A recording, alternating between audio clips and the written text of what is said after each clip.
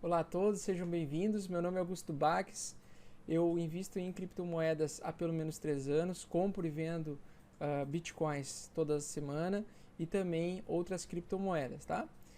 Nesse vídeo, em parceria com a WeMake Capital, eu estou fazendo um vídeo aula de introdução às criptomoedas e principalmente ao Bitcoin. E entenda que se você entender como funciona, qual é a razão da existência do Bitcoin, você vai entender o porquê da existência de 95% de criptomoedas e também das suas diferenças tecnológicas, tá? Nesse vídeo eu vou passar todo o guia básico sobre o Bitcoin. E o que nós vamos falar? Nós vamos falar basicamente o que é o Bitcoin, como funciona, onde comprar e onde armazenar. Tá? São os 4 pilares e os 4 fundamentos que você precisa ter para que você passe a entender no que você está investindo. Muitas pessoas, né, quando investem em alguma empresa ou de criptomoedas ou quando compram bitcoins, elas compram a cegas, sem entender no que elas estão entrando, né, sem entender o tipo de mercado, qual é a filosofia desse mercado das criptomoedas, né? E nessa aula eu vou passar para vocês e explicar de fato o porquê você vai querer investir em criptomoedas a partir de hoje, tá? Então, pessoal, para começar a entender o que são as criptomoedas, nós precisamos entender primeiramente uma oportunidade que está iniciando através da economia 4.0. Tá? E qual é a oportunidade? Tá? E o que é a economia 4.0?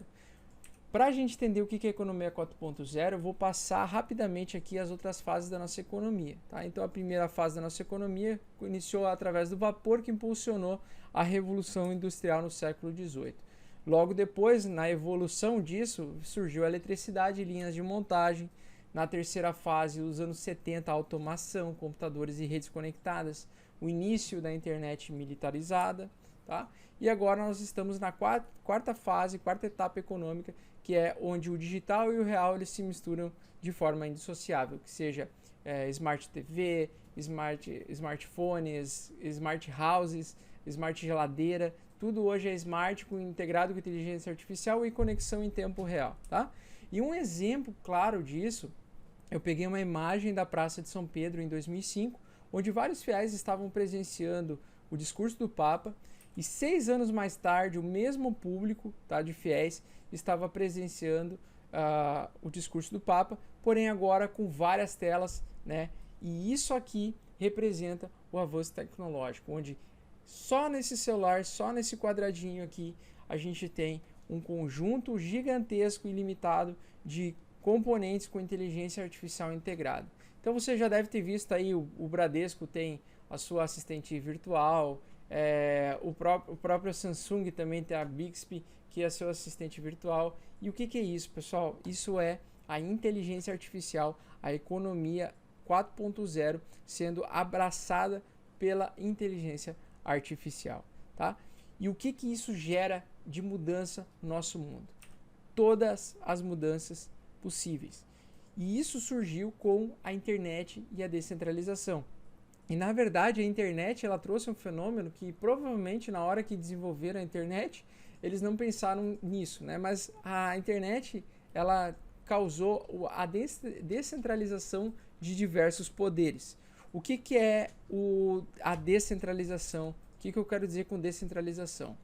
Bom, pessoal, até nos anos 90, a maior parte de todos os poderes do mundo eles eram poderes centralizados. Você ficava refém desses poderes centralizados sem mesmo saber disso, tá? Então vamos pegar, como a gente está falando de moedas, nós vamos pegar um exemplo de uma centralização de poder no aspecto financeiro, no mundo financeiro. Então vamos dizer que no poder centralizado do nosso mundo, até meados dos anos 2000 principalmente, o mundo era assim. Você tinha um poder central, que era o banco, tá? E você tinha as pessoas conectadas a esse banco, ou seja, pessoas que tinham conta corrente nesses bancos, tá? Então, vamos imaginar que cada pontinho desses aqui em volta são pessoas, tá? Se a pessoa, que aqui eu vou dar o nome de pessoa A, quer enviar dinheiro para a pessoa B, o que ela precisa fazer? Ela precisa fazer toda a transação e a solicitação de transferência financeira através do poder do banco. Então, se a pessoa quer mandar do ponto A para o ponto B, ela precisa enviar um sinal de interesse para vender o seu dinheiro, tá? E ela vai transferir o dinheiro para o ponto B. Como tem que automaticamente passar por esse ponto central, o banco ele vai determinar a taxa, vai determinar os dias, vai determinar os seus limites. Então isso te impossibilita de você ser dono do seu próprio dinheiro, tá? E o que acontece com a internet? O que aconteceu com o advento da internet? Ocorreu um fenômeno chamado destruição de poderes centrais, tá? Ou seja, o poder central, quando ele é destruído, esses pontos eles ficam soltos, avulsos, certo? Não tem mais essas conexões. Não tem mais um intermediador, tá?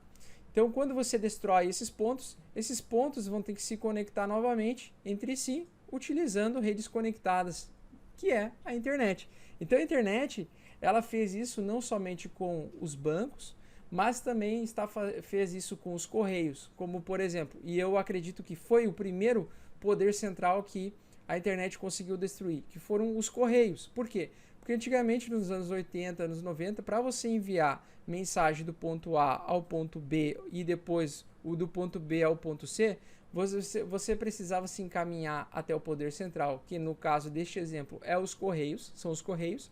Você solicita para os correios que você quer enviar uma carta, você fica refém do tempo que o correio vai determinar para enviar essa sua mensagem, e ele vai te cobrar uma taxa, e geralmente para envios de mensagem internacional é um absurdo de caro, né? Então você ficava refém, você não podia mandar mensagem diretamente de uma pessoa para outra. Com a internet e com os e-mails destruíram isso aqui, e vários e-mails que são nós começaram a surgir, e cada pontinho de conexão entre várias pessoas são conhecidos como nós. Podemos aqui dizer que são milhares de empresas de e-mail que fazem transferência de dados de um ponto A para o ponto B, do ponto B para o ponto C, de forma gratuita, muitas vezes, e também numa velocidade absurda, tá? E mesmo que sejam empresas diferentes, como eles estão conectados através do protocolo SMTP, você consegue mandar um e-mail, por exemplo, do Gmail para o e-mail do Yahoo sem pagar nenhuma taxa para isso, porque você utiliza o poder de descentralização da internet para fazer isso. Só que, o que acontece? A TV, nos anos 90, a mesma coisa. Ela era um poder central de comunicação, onde ela influenciava a grande massa de pessoas que assistiam, e você ficava refém da programação que aquela televisão te entregava. Então, se você queria assistir desenho animado de tarde, você não podia, porque só passava desenho animado de manhã. Então, você ficava ali engessado, né? Assim, com o surgimento do YouTube, o YouTube ele tira o poder central da televisão, ele distribui para todas as pessoas, permitindo que todas as pessoas possam produzir conteúdos, que nem eu faço, por exemplo, e também pode assistir conteúdo dos outros, fazendo com que seja um espaço mais democrático e com um sistema de informação distribuído. Cada pessoa é livre para escolher o que ela quer assistir, tá? Então, a internet ela trouxe o poder descentralizador. Você precisa entender isso para você entender o que é o Bitcoin, tá? Então, o Bitcoin, quando ele surgiu, ele foi criado através de duas tecnologias. Ele só existe por causa dessas duas tecnologias. Primeiro, porque ele foi baseado na distribuição de bancos de dados P2P, ou seja, ponto a ponto, no sistema semelhante àquele sistema distribuído, tá? Então, ao invés de ser um sistema pareado para um intermediário, é P2P. Você pode se conectar para qualquer pessoa da rede, ponto a ponto, sem um intermediário aqui no meio, sem um ponto central aqui no meio, determinando isso tudo. Ou seja, você não precisa, para você mandar do ponto A para o ponto B, você não precisa passar necessariamente por um poder central intermediário, que aqui a gente poderia dizer que poderia ser um dos bancos, tá? Você pode fazer esse caminho, você pode fazer esse caminho, você pode fazer vários caminhos ilimitados para você passar esse tipo de informação. Então esse é o sistema P2P, tá? Você distribui o poder igualmente para todos os participantes da rede, tá? Então a criptografia e a distribuição de bancos de dados P2P, elas criaram uma revolução na forma como nós transmitimos dados pela internet. Qual é o grande problema de você tentar fazer um dinheiro digital, 100% digital? O grande problema era o seguinte: quando você pega um celular desse aqui, por exemplo, e você faz uma foto com esse celular, esse celular, você vai ter os dados desse celular. Esses dados estão dentro do meu celular, correto? Quando você envia esses dados para outra pessoa, você envia uma foto, você não perde esses dados. Os seus dados, a sua foto fica no seu celular. Você envia nada mais do que uma cópia dos seus dados, uma cópia idêntica dos seus dados. E automaticamente, quando você manda a sua foto para outra pessoa na internet, você nada mais está criando uma cópia e você não é mais dono, você não tem mais posse dessa foto. Essa foto ela está na posse de todas as pessoas que têm uma cópia idêntica à sua. Então imagina, para você fazer dinheiro, como é que você faria um dinheiro em que você mandasse uns dados digitais, um dinheiro eletrônico para outra pessoa, se a outra pessoa vai receber uma cópia automática do seu dinheiro. O que ia acontecer? Uma deflação absurda, uma inflação, aliás, uma inflação absurda do seu dinheiro. Ele, no momento que você fosse fazer cada transação, ele desvalorizaria porque você teria a mesma quantidade de dinheiros que você mandou para outra pessoa. Dessa forma, essa tecnologia com criptografia e distribuição de bancos de dados P2P fez com que cada dado do Bitcoin seja único, ou seja, eles criaram um algoritmo, um valor, um código que só você tem a posse desses dados. E quando você quer transferir esses dados para outra pessoa, você perde o poder desses dados, você não é mais dono desses dados e você transfere automaticamente a posse desses dados para outra pessoa.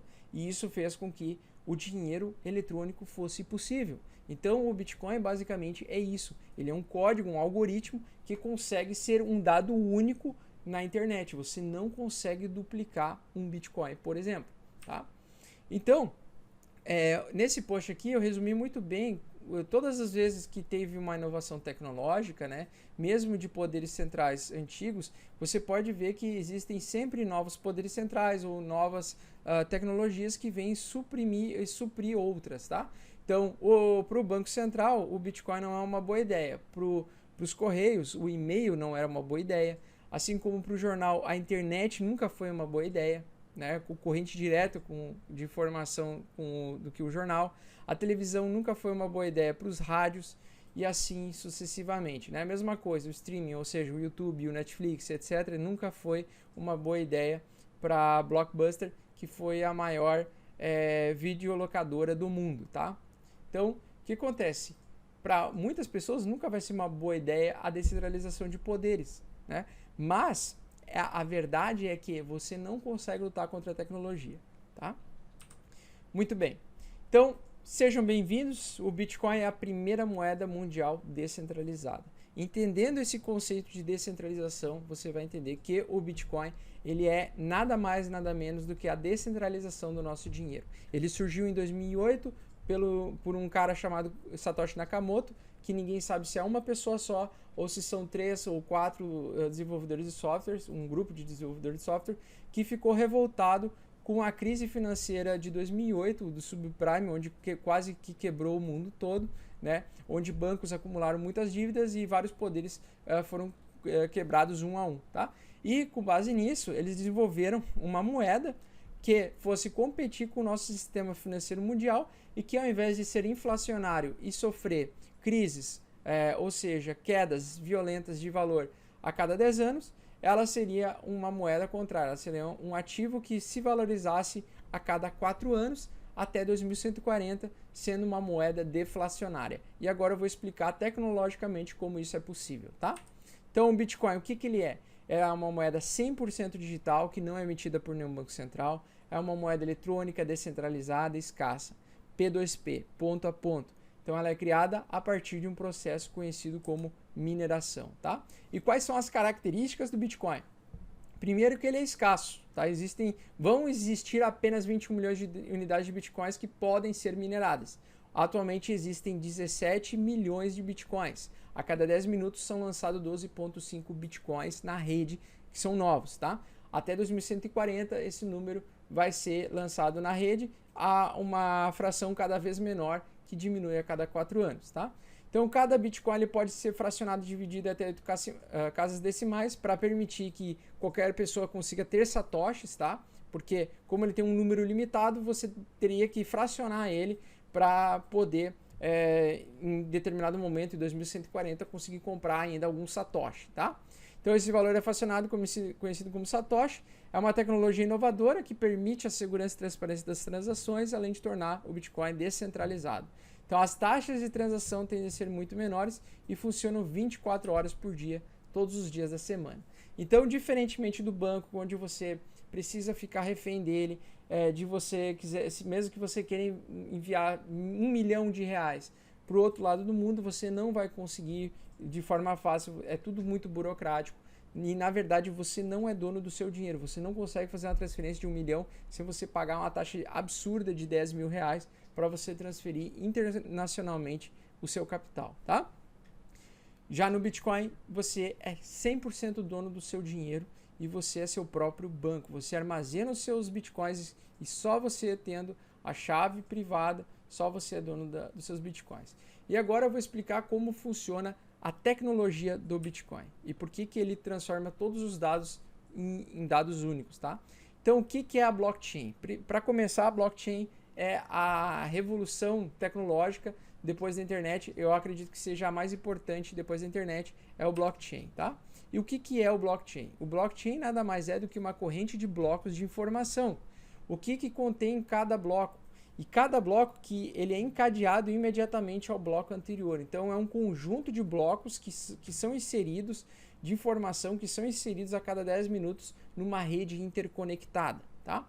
Então, cada bloco ele possui as informações das pessoas que estão enviando bitcoins, das pessoas que estão recebendo bitcoins, da chave pública e da chave privada. A chave pública e a chave privada, elas se conectam e a chave privada, ela assina todas as negociações que são realizadas.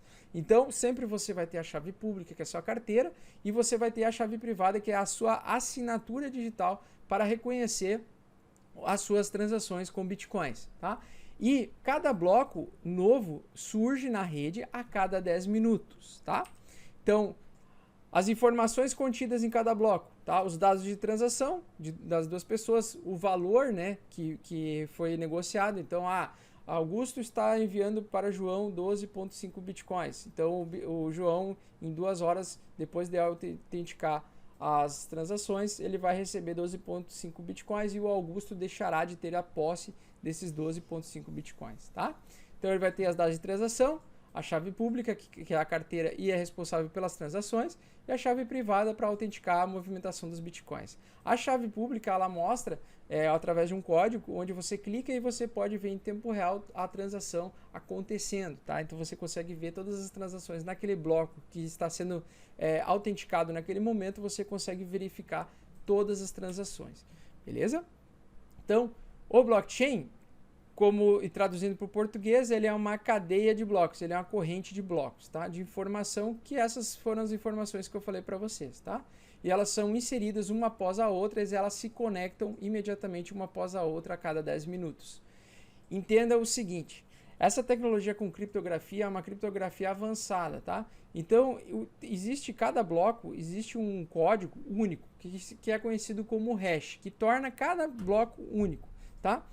E ele vai ter o hash do bloco anterior e o hash do bloco adiante. Então, ele vai criar como se fosse um código genético, como se fosse um DNA digital, através de criptografia avançada. E cada bloco que é inserido na corrente de blocos da blockchain, ele precisa ser reconhecido por todos os blocos imediatamente anteriores aos outros. Então, nesse exemplo, os blocos coloridos são os novos blocos de informação que passaram a cada 10 minutos. Então, para eles se manterem vivos aqui, se os blocos serem autorizados pela rede como transações fidedignas, eles precisam se conectar com os blocos cinzas, tá? Que são os blocos passados, tá? Os blocos anteriores, beleza? Então, o que acontece se algum hacker ou algum invasor, em um tempo hábil, tentar em um tempo de 10 minutos, ele tentar fazer a mudança das informações que está no bloco. Quando ele tenta mudar alguma informação, como o envio do dinheiro, quem vai receber, ou a quantidade de dinheiro de bitcoins nesses blocos, ele vai acontecer o quê? Vai mudar, alterar o hash que é o código genético encriptografado do bloco vai verificar que aconteceu uma anormalidade, uma alteração no hash dos blocos anteriores, eles vão ser incompatíveis e isso vai fazer com que todas as transações subsequentes sejam completamente invalidadas, tá? Porque ele sempre checa o hash do bloco à frente e do bloco anterior. Então, ó, ele vai pesquisar e vai bater, ele tem que bater exatamente com o mesmo bloco, tá? Lá no bloco à frente, ele tem já um hash pré-definido do bloco que vai surgir, e como esse bloco ele precisa dessa confirmação desse valor, ele vai, se você tentar fazer alguma alteração nos dados, ele vai alterar o hash anterior, e isso vai fazer com que ele seja invalidado, que o bloco à frente seja invalidado, e isso traz uma segurança extremamente grande para o Bitcoin, tá? E a segunda parte da tecnologia do Bitcoin, ela é a mineração. E o que é a mineração, pessoal? Mineração nada mais é do que um sistema de mineração. Então lembra aquela rede que tinha vários nós, do poder distribuído e do poder centralizado? Lembra que eu mostrei para vocês? Então, cada pontinho daqueles é um nó, tá? Cada pessoa que está na rede é considerada um nó de rede.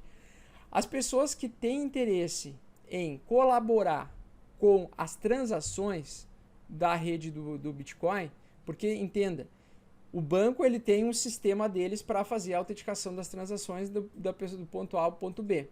Como você não tem esse intermediador nessa rede do Bitcoin, você pode fazer com que as pessoas que tenham interesse em ser os autorizadores de transação, os validadores de transação, que eles tenham um sistema de recompensa, vamos dizer assim, uma vantagem em relação aos demais para que eles permitam e deixem computadores conectados na rede para fazer a validação das transações e os cálculos matemáticos de cada transação.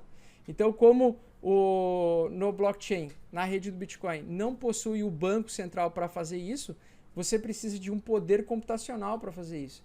E quem deixa a sua máquina ligada 24 horas por dia para fazer a validação das transações de todos os usuários a cada 10 minutos, pode ganhar uma recompensa que hoje paga-se 12,5 bitcoins. E eu vou explicar por que esse valor de recompensa ele diminui ao longo do tempo, tá? Então, o sistema de mineração, vocês têm que entender que ele é um sistema de recompensa para quem deixa o seu computador, a sua máquina ligada para fazer a validação das transações do Bitcoin, tá? Então, a cada 4 anos, o sistema de recompensa de mineração, ele diminui pela metade a recompensa de Bitcoins, tá? Então, eu já vou explicar isso para vocês. E é isso que faz o Bitcoin se tornar deflacionário, ou seja, ao longo do tempo, ele vale cada vez mais, tá?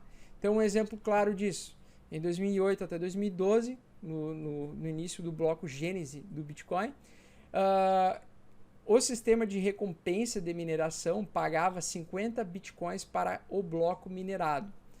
Entenda, todos os dias são minerados diversos blocos, porque a cada 10 minutos é minerado um novo bloco, certo? Então, a primeira máquina, o primeiro computador que conseguia fazer os cálculos matemáticos complexos para minerar, para validar aquele bloco, ele ganhava 50 bitcoins para cada bloco minerado. Então, no início, o Bitcoin, é lógico que ele ia valer pouco. Por quê? Porque primeiro ninguém conhecia o Bitcoin. Quem conhecia era um nerd, era um pessoal underground, tá? Então, o que acontece? Quando o Bitcoin ele foi trocado por 2 pizzas e ele começou a valer alguns centavos de dólar, ele foi reconhecidamente como um ativo para trocar por algo, tá? Ele começou a ter um valor, as pessoas começaram a dar um valor intrínseco nele, que era alguns centavos, tá? Era menos de 1 centavo, tá? E naquela época, como a cada 10 minutos eram lançados vários bitcoins, uma quantidade absurda, e tinha pouquíssima demanda, ele era muito desvalorizado. À medida que passa 4 anos, em 2012 até 2016, a recompensa ela caiu para 25 bitcoins a cada 10 minutos. Então aquelas pessoas que disponibilizavam suas máquinas para fazer a validação das transações da rede do Bitcoin, elas no início ganhavam 50 bitcoins nos primeiros 4 anos, a cada 10 minutos. Agora elas passaram até 2016 a ganhar 25 bitcoins a cada 10 minutos. Depois, em 2016 e no tempo que nós estamos hoje, até 2020, vai ser 12,5 bitcoins a cada 10 minutos. E depois de 2020 até 2024, 6,25 e assim sucessivamente ele vai caindo pela metade a cada 4 anos. E o que acontece com o ativo? Que ao longo do tempo ele é impresso em uma velocidade cada vez menor, porque agora existe uma quantidade bem menor de novos bitcoins sendo lançados na rede. O que acontece? Com uma demanda crescente de pessoas interessadas em utilizar o Bitcoin para facilitar transações entre pessoas do mundo todo, isso cria uma demanda natural de utilizar a moeda, de utilizar essa tecnologia. E quanto mais pessoas têm interesse em ter Bitcoins, mais lutado e mais brigado esse espaço fica. Então, cada Bitcoin produzido, ele é mais brigado, entende? Ele é mais lutado. E isso faz com que o preço do ativo aumente. É o contrário do que o banco faz. Quando o Banco Central imprime mais notas de dinheiro fiat, essas convencionais, real, dólar, euro, o que ela está fazendo? O que o Banco Central está fazendo? Ele está imprimindo mais dinheiro que vai circular no mundo todo, causando o efeito de inflação. Ou seja, o teu dinheiro é a mesma coisa que o governo brasileiro agora dá 1 milhão para depositar 1 milhão em todas as contas de todos os brasileiros. O cafezinho que hoje vale R$5 vai valer 50 mil reais, porque todo mundo vai ter 1 milhão, entende? Então, isso é o efeito da inflação. Já na deflação é o contrário. Quanto mais menos ativo é impresso e mais escasso ele se torna, mais valioso ele fica. Por isso que é assertivo falar para vocês que hoje ter um Bitcoin inteiro é muito mais difícil do que 2012. Da mesma forma que em 2030 vai ser muito mais difícil você conseguir ter um Bitcoin inteiro em comparação com quem comprou Bitcoins hoje, tá? Então hoje o Bitcoin, apesar de custar 15 mil reais, ele ainda está num valor muito interessante, porque hoje é muito mais fácil do que quando o Bitcoin passava a valer 100 mil dólares por unidade, entendeu? Muito bem. Então a primeira máquina que consegue resolver processos matemáticos pelo sistema Proof of Work, dentro do período de 10 minutos, recebe 12,5 bitcoins como recompensa nos dias atuais, tá? A queda de recompensa de mineração faz então com que o criptoativo gere uma escassez natural, beleza? E aqui, e finalizando rapidamente, esse aqui é o gráfico do halving cíclico do Bitcoin, onde a gente tem todos os anos em que o Bitcoin existe, tá? A gente tem um gráfico desde quando ele começou a valer alguma coisa, 10 centavos aqui em 2011, tá? Então aqui ele começou depois que ele foi trocado por 2 pizzas, ele começou a valer alguns centavinhos, tá? E assim ele começou a criar um fuzuê. Muitas pessoas começaram a investir e comprar dólares, comprar bitcoins em dólares, e isso fez com que começou o preço do ativo a realmente valer alguma coisa, beleza? Então, o Bitcoin no início ele começou valendo 10 centavos, depois ele foi para $1, caiu para 50 centavos, depois foi para $10, 100 dólares, aliás, 20 dólares, 30 dólares, caiu de volta para $1, e assim ele foi fazendo várias vezes. Então, por mais que ele tenha essas altas e quedas violentas que muitos chamam de bolha, a bolha do Bitcoin nunca estoura e definitiva. Ela tem essas quedas, essas correções de preço, mas essas correções de preço ela é natural, assim como em todos os mercados de investimentos e mercado volátil financeiro, tá? Forex é assim, o mercado de ações é assim, tá? Porém, vocês têm que ver que no longo prazo, né, nessa faixa aqui desses 7 anos, nesse gráfico, aliás, agora são 8 anos, tá? Nessa faixa de 8 anos, você pode ver que apesar das quedas, ele tem altas cada vez mais recorrentes. Por quê? Porque o tempo de entrada de novas moedas vai diminuindo a cada 4 anos e a demanda vai crescendo cada vez mais. E isso entra em conflito, fazendo com que ocorra esse efeito de deflação. Por isso que é correto afirmar que o Bitcoin sim vai chegar um momento que ele vai valer 50 mil dólares por unidade, 100 mil dólares por unidade, 1 milhão de dólares por unidade, porque esse efeito ele vai ser sucessivo e vai acontecer, e cada ano que passa fica mais difícil você comprar um Bitcoin inteiro. Beleza? Então, entendendo isso, desde que o mercado não perca confiança, né, que o Bitcoin não tenha a confiança quebrada pelos seus milhares de investidores, o criptoativo vai continuar em uma crescente absurda. Certo, pessoal? Então, agora eu vou mostrar para vocês como a gente faz a compra dos primeiros Bitcoins. Então, para comprar seus Bitcoins, você precisa criar uma conta na corretora, tá? Eu indico o mercado Bitcoin, corretora que eu utilizo já há alguns anos. é a corretora que eu mais tenho confiança, que menos teve problemas, mas tem a Foxbit também, que é muito boa, tá? E para você fazer o cadastro, é só clicar em cadastrar, tá? Coloca os seus dados e, pessoal, já faz fotos ou tira xerox dos seus documentos para você validar suas contas, tá? Geralmente as corretoras, elas são extremamente seguras, então elas vão pedir comprovação dos seus documentos, tá? Com eles à mão e uma vez cadastrado, eu vou entrar agora na minha conta aqui e eu fiz um envio de um capital para a gente poder fazer a continuação dessa aula aqui, tá? Eu mandei um capital hoje para mostrar para vocês como eu faço para comprar os bitcoins. Então eu sempre indico também ativar o sistema de 2 passos, 2 fatores, aquela senha com o Google Authenticator. Deixa eu ver aqui. E ativar. Então a gente vai logar. E perfeito, tá? Eu fiz o depósito há meia hora atrás. Geralmente o depósito é super rápido. E a primeira coisa que tu vai fazer aqui no mercado Bitcoin é entender aqui, ó. Aqui existem várias carteiras de moedas, criptomoedas diferentes, tá? A gente quer comprar somente Bitcoins, para essa aula pelo menos, tá? Então, a primeira coisa que você vai fazer, quando você chegar aqui na sua conta, você vai em depósitos. Você vai solicitar o seu valor que você tem interesse em depositar. Geralmente eu deposito com os centavos quebrados para colocar para o valor chegar mais rápido, tá? Então pode ser aqui 10,55. Coloco aqui o banco de origem, geralmente eu boto o nome do meu banco, tá? No caso aqui que eu utilizo o Banco do Brasil.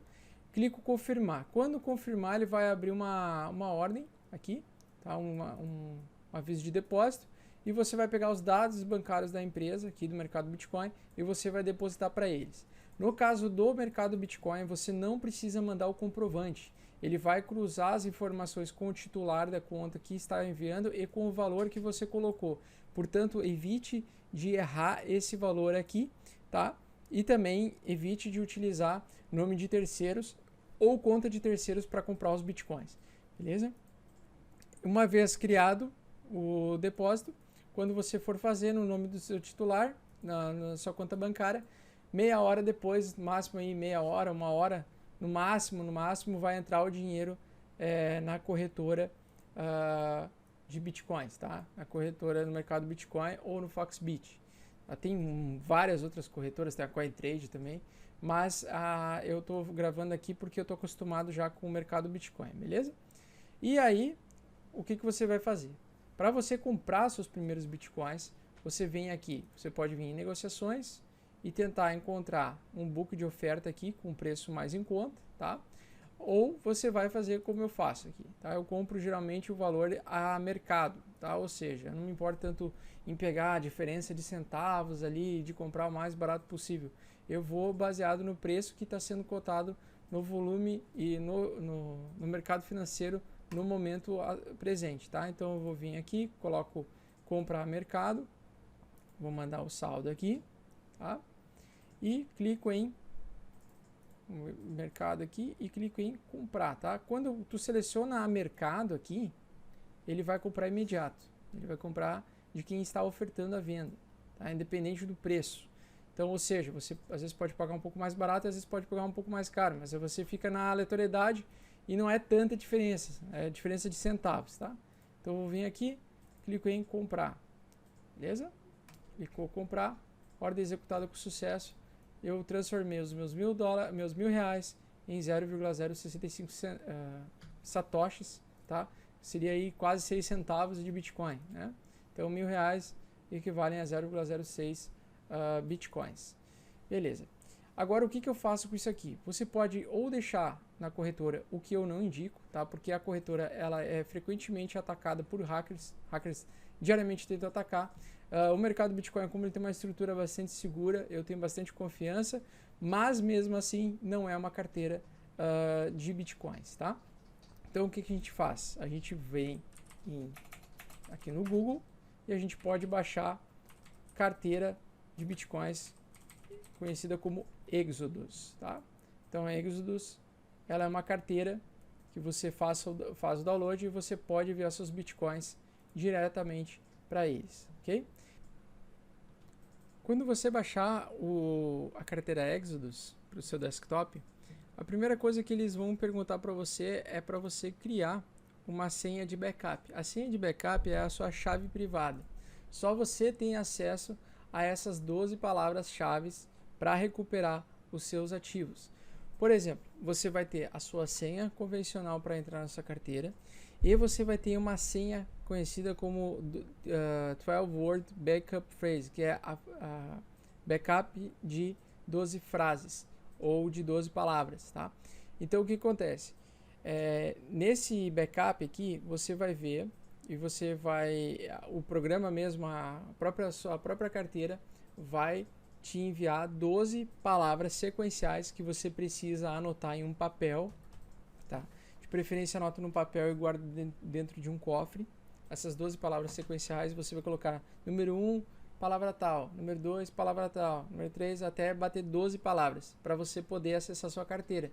Porque em caso de perda do seu computador, caso de perda do seu celular, caso você venha a perder o seu HD, não tem problema.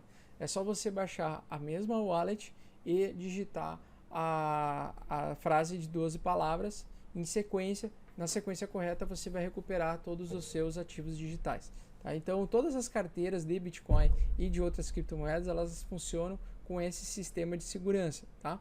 E eu vou abrir aqui para vocês a minha chave. Tá?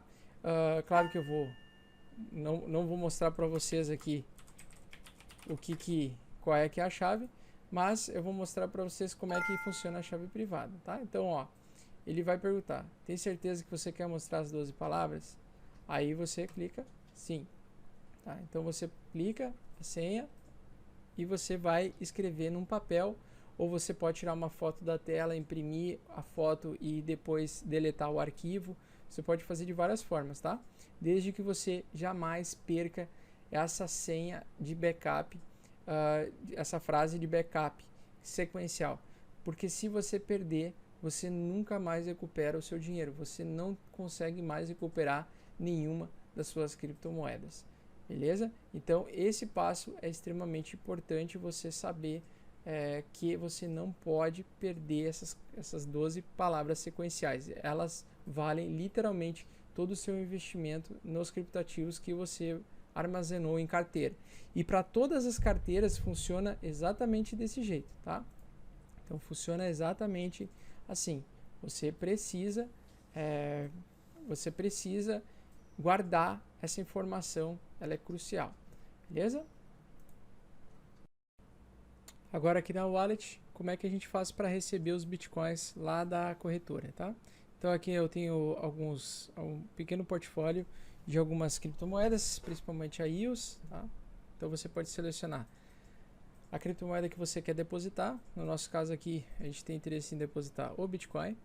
E isso que é importante explicar para vocês. Toda vez que você vai receber Bitcoins na sua carteira, você seleciona o Bitcoin, a criptomoeda que você vai enviar, clique em receber e ele vai te dar um código, tá? E esse código, esse QR Code, você copia, tá? E sempre verifica em um bloco de notas o QR Code, se é o mesmo endereço da sua carteira, tá? Quando você copiar esse código aqui da sua carteira, você vai vir em Mercado Bitcoin aqui, você vai clicar, você vai colar a sua carteira, tá? Que você selecionou aqui para receber os bitcoins. Você vai colocar a quantidade de bitcoins que eu tenho disponível aqui, é pouquíssimo, só para mostrar para vocês, tá? A gente vai colocar o token aqui, qualquer token, tanto faz. Seleciona para qual carteira vai colocar Exodus, para depois você entender para onde foi todo o endereço da carteira. Você vai clicar em transferir, vai dizer estou ciente, continuar, ele vai te mandar um e-mail. No e-mail você vai confirmar que você vai transacionar e lá no e-mail você confirma que o mesmo código que você colocou ali para enviar para a sua carteira é o mesmo da sua carteira. Como é que você pode fazer isso? Você copia, cola no bloco de notas. Aí você vem aqui também, copia e cola no bloco de notas. Se está ok, se está compatível o mesmo número com o número do e-mail e um número no mercado Bitcoin, você vai receber os seus Bitcoins normalmente, tá? Então, basicamente é assim que funciona a carteira. Da mesma forma para você tirar. Então, por exemplo, se você quer tirar suas criptomoedas da sua carteira e mandar para a corretora, você vai em enviar, e aí você vai vir na sua corretora que aceita aquela moeda. Aqui no nosso caso do mercado Bitcoin não possui, tá? Aí os primeiros tu tem que mandar para uma corretora internacional para converter em Bitcoins e depois mandar para o mercado Bitcoins, que o mercado Bitcoin ele aceita só essas 6 criptomoedas aqui, tá? Mas vamos seguir um exemplo como se fosse do Bitcoin, tá?